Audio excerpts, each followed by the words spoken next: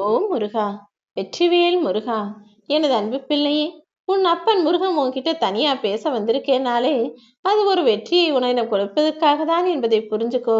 இத்தனை நாளா என் வாழ்க்கையில தோல்வியே தொடர்கதையாயிருக்கேன்னு வருத்தப்பட்ட உனக்கு மாபெரும் வெற்றியையும் வெற்றி அணிகலனையும் உன்னிடம் கிரீடமாக அணிவிக்கத்தான் உன்னை தேடி வந்திருக்கிறேன் என் செல்வமே.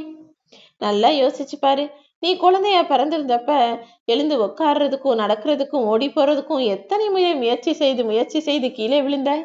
மிதிவண்டி ஓட்டுறதுனா கூட அதை ஓட்ட ஆரம்பிக்கும் போது கீழே விழுந்துட்டோமே நினைச்சு பயந்துருந்தீனா கடைசி வரைக்கும் முன்னால் அதை கத்துக்கொள்ளவே முடிஞ்சிருக்காது தானே. அதே போலதான் வாழ்க்கையும். வாழ்க்கையை வெற்றிகரமா வாழ நினைக்கும் போது அதுல பல தோல்விகளும் சறுக்கல்களும் துன்பமும் பிரச்சனைகளும் சிக்கல்களும் வரத்தான் செய்யும். ஆனா அதெல்லாம் பார்த்து பயந்துட்டினா வாழ்க்கையை வாழவே முடியாது என் செல்வமே. உனக்குன்னு ஒரு குறிக்கோளை வச்சுக்கோ. அதை அடைந்தே தீர்வேன் என அதற்காக தொடர்ந்து முயற்சி செய். இது கூட நீ எழுந்து நின்று ஓடுவதை போலதான். எந்திரிச்சு நிக்கணுங்கிறதுக்காக நீ எத்தனை முறை எழுந்து எழுந்து உட்கார்ந்து கீழே சாஞ்ச.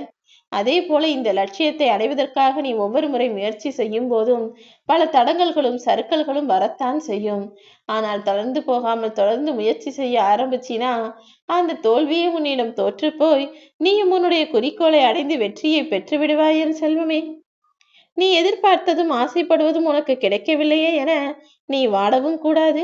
அது எல்லாத்தையும் நான் உனக்கு கொடுத்த பிறகு நீ ஆடவும் கூடாது. ஏன்னா மனிதனுடைய வாழ்க்கையில எப்போ எந்த விஷயம் எதுப்படி மாறும்னே சொல்ல முடியாது. அத்தனையும் மாறுவதற்கு ஒரு நொடி போதும் தானே. நீ இல்லாத இடத்துல உன்னை பத்தி தவறா பேசுறாங்களோ இல்லையோ, நன்றாக பேசும்படி நான் உன் வாழ்க்கையில உயர்ந்த நிலையை உன்னதமாக கொடுக்கத்தான் போகிறேன்.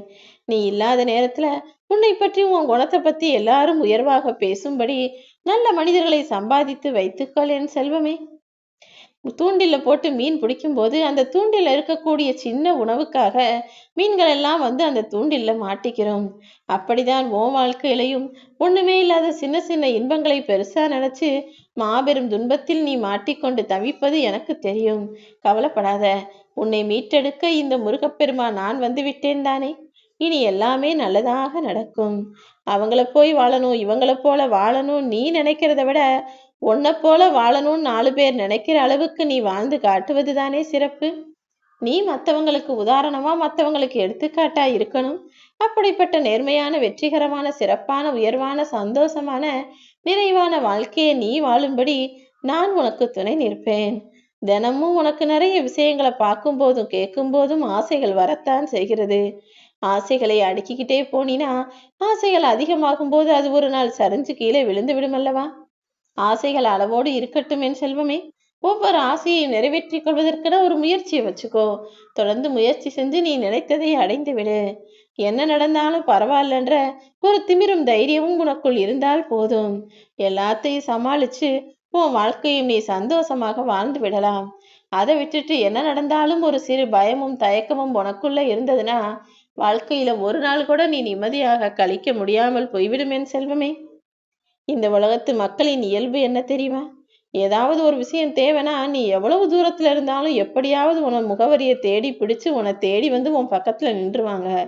அதுவே அவர்களுடைய தேவை முடிஞ்சு போச்சுன்னா அடுத்த நொடி அடுத்த நிமிடம் அடுத்த நாளே உனக்கு பேசுறதையும் உன்னை பார்த்து பார்க்கறதையும் நிறுத்திட்டு தூரமா எங்கேயாவது மறந்து போயிடுவாங்க.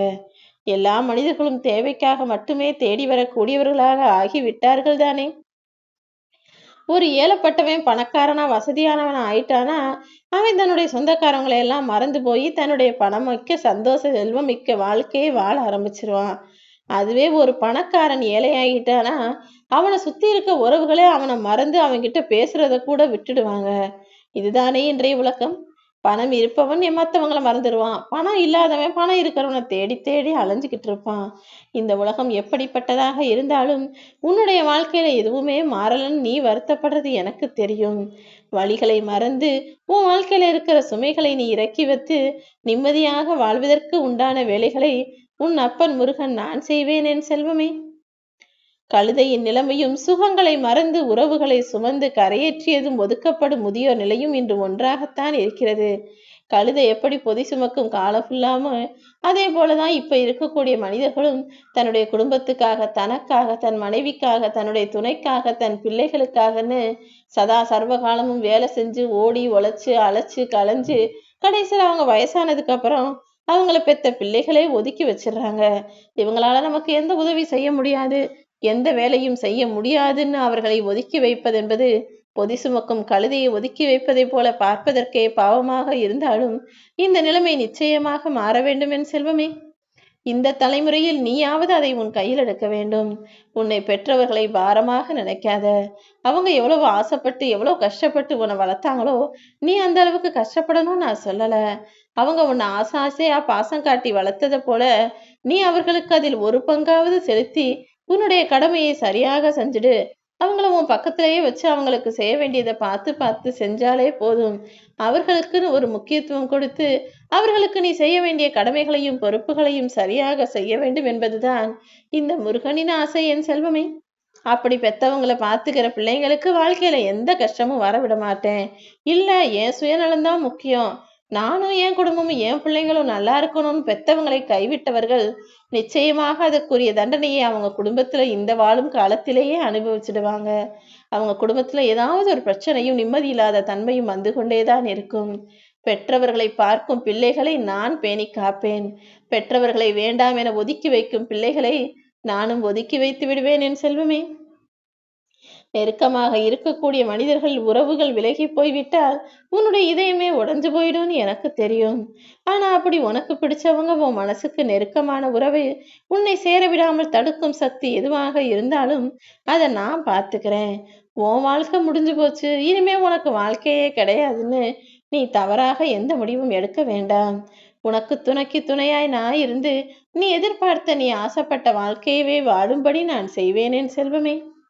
சில உறவுகளும் சில மனிதர்களும் இருக்கும்போது அதன் அருமையும் பெருமையும் மகத்துவமும் உனக்கு புரிவதில்லை. அவங்கள விட்டு பிரிஞ்ச பிறகு அதை நினைச்சு நீ வருத்தப்பட்டினா அது வீணானது தானே. எப்பவுமே எதுவுமே உன் கையில உன் பக்கத்துல இருக்கும் போதே அது அதற்கு அவரவர்களுக்கு உண்டான மரியாதையை மதிப்பையும் கொடுத்து விடு. வெற்றிங்கிறது உன் நிழல் போல உன்னை பின்தொடர்ந்து வரும்படி நான் பார்த்து கொள்கிறேன் என் செல்வமே. வெற்றியை தேடி நீ போக வேண்டாம். நீ வெளிச்சம் இருக்கிற இடத்துல போனாலே உன்னுடைய நிழல் தானாக வெற்றியாய் உன்னை பின்தொடர்ந்து வரும். ரகசியமா வச்சுக்க வேண்டிய 3 விஷயங்கள் இருக்கு. உன்னுடைய குடும்ப வாழ்க்கையை பற்றிய விஷயத்தையும் உன்னுடைய வருமானத்தையும் நீ அடுத்து என்ன செய்ய போகிறன்ற அந்த நகர்வையும் வெளியில் யாரிடமும் சொல்லி வைக்காதே என் செல்வமே. ஏன்னா நீ அடுத்து என்ன செய்ய போறன்னு தெரிஞ்சாலே அதில் தடைகளையும் தடங்கல்களையும் உருவாக்க மனிதர்கள் தயாராக காத்திருக்கிறார்கள். உன் வருமானம் அவங்கள விட கீழே இருந்ததுன்னா பாவம் பாவம்னு சொல்லி பரிதாபப்படுவாங்க. ஆனா மற்றவங்க வருமானத்தை விட உனக்கு வருமானம் அதிகமா கிடைச்ச ஆரம்பிச்சிருச்சுன்னா அதை அவர்கள் மனம் ஏற்றுக்கொள்ளாது, பொறுத்தும் கொள்ளாது. அப்புறம் உன்னை பார்த்து பொறாமை கொள்ள ஆரம்பித்து விடுவார்கள் என்பது தானே உண்மை. அதுபோல உன் குடும்பத்துல உன் வீட்டுல நடக்கிற விஷயங்கள் எப்போதும் ரகசியமாகவே இருக்கட்டும். அதை அடுத்தவர்களுக்கு சொல்வதால உனக்கு எந்த நன்மையும் நடக்கப் போவதில்லை. மாறாக பிரச்சனைகள் தான் வரும் என்பதை புரிந்து கொண்டு மௌனமாக வாழ்க்கையை வாழப்பார்.